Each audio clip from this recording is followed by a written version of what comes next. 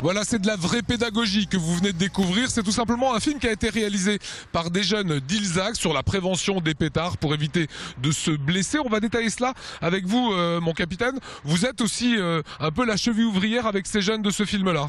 Oui, effectivement. Bon, j'ai en charge la brigade de prévention de la délinquance juvénile implantée à Mulhouse, et cette unité qui a vocation à la prévention auprès des jeunes, nous avons voulu les rendre acteurs dans un court-métrage de manière à sensibiliser le grand public sur l'usage des artifices. On voit les images, ça va loin, c'est les petits gamins comme ça qui lancent des pétards entre les pieds des gens, ce qui est vraiment pas méchant. C'est des incivilités aussi, c'est des pétards dans les boîtes aux lettres.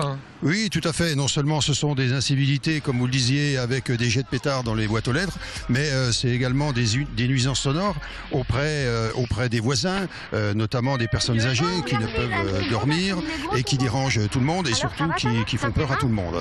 Donc le but est de les prévenir que cette utilisation d'artifices peut nuire à tout le monde. C'est aussi une zone transfrontalière, l'Alsace avec l'Allemagne. C'était important d'appuyer sur le fait qu'on peut acheter ces pétards en Allemagne. C'est pas les mêmes calibres finalement que ceux de la France, donc on est quelque part dans l'illégalité.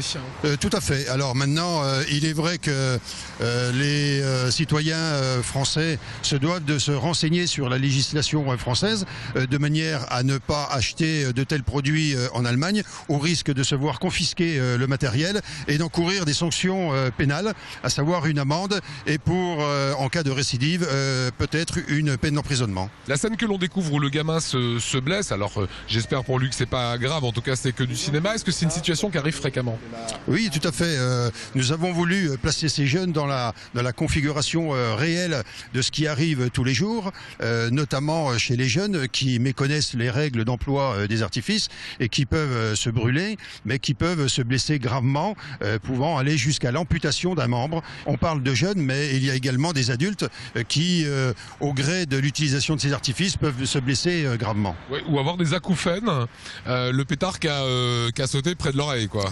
Tout à fait. Et puis, eh bien, c'est vrai que au travers de ce message pédagogique, nous avons voulu sensibiliser le grand public sur l'avenir professionnel, l'avenir sportif de tout citoyen, parce qu'au travers d'un jeu, eh bien, parfois, on peut compromettre son avenir professionnel ou autre. Voilà, vous avez vu les bonnes informations, pas de bêtises avec les pétards, c'est autorisé le 31 décembre, mais avec une certaine prudence. Merci à vous, capitaine.